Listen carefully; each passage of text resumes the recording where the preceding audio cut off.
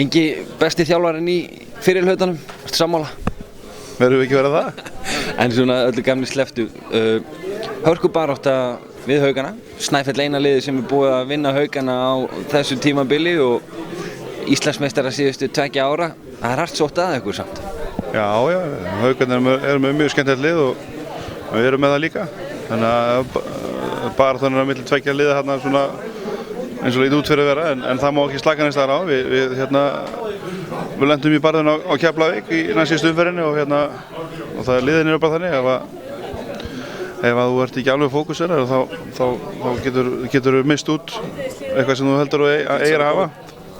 En það var einhver breyting á deildinni fyrir þetta tímabil, það náttúrulega fækkað 1 lið og þannig að við erum náttúrulega ekki að horfa á endilega sama deildarfyrirkomulag og var í fyrra.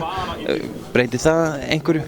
Leikjaálagið er náttúrulega að minnka 4 leiki, þannig að þú færð pásur inn á milli, kemur sér vel fyrir sumlið og illa fyrir önnur. Það er til dæmis eitthvað lið sem verða í mikilli pásu kringum bikarúrslita hléð en ég held að það sé bara alltaf 24 leikir er fínt álag fyrir og